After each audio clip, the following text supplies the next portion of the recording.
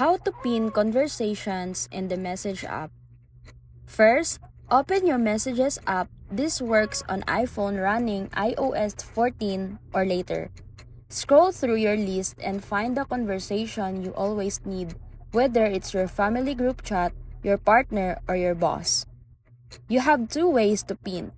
Swipe right on the conversation and tap the yellow pin icon, or long press on the thread and choose pin from the pop-up menu. Your pinned chats now appear in circular icons at the top of your Messages app. Up to 9 conversations can be pinned at once.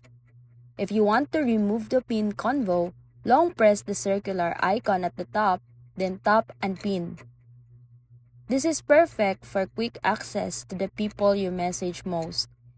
No more digging through old threads or missing urgent texts. And that's it!